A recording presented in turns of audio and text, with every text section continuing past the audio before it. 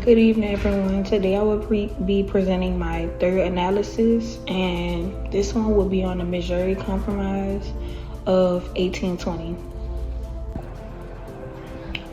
Soon after the United States purchased more than 828,000 square miles of land west of the Mississippi River from France in 1803, settlers began moving into the territory. In 1810, U.S. Marshals conducted the first census in the Louisiana Purchase Territory, counting 1,783 people. By 1820, the number had grown to 66,557 people. As the territory's population grew, so too did its inhabitants' desire for statehood. Residents would enjoy rights guaranteed to all states by the 10th Amendment to the U.S. Constitution, including the ability to elect delegates to the U.S. Senate and House of Representatives. With the nation bitterly divided between slave and free states, the emergence of a new state like Missouri would tip the balance of power between the North and the South in Congress.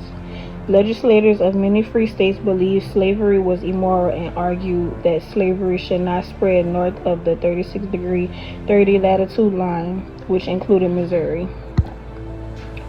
The Missouri Compromise of 1820 was neither the first nor the last time the men of American government compromised on the issue of slavery and the freedom of more than 1.5 million people held captive primarily in the southern states.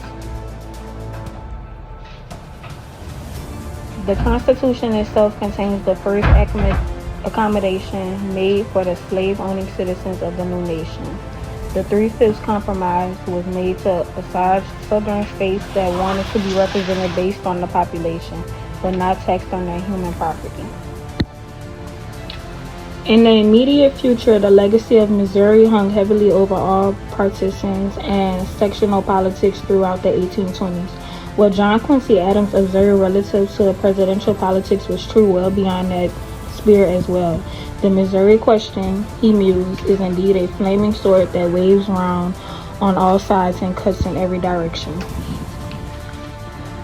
As Donald Radcliffe had argued in a bracing recent revision of the Standard Picture, the turbulent 1820s, not the 1830s, actually represented the height of anti-slavery's influence on national politics. But whether for the 1820s, the 1830s, or beyond, the Missouri crisis pointed to new directions in the antebellum era. With every new controversy, sectional polarization followed patterns that would be familiar to the Missouri combatants. As while moderates in both sections were not helpless in the face of the divide over slavery, recurrent iterations of the Missouri crisis would stretch their resources and arguments to the limit.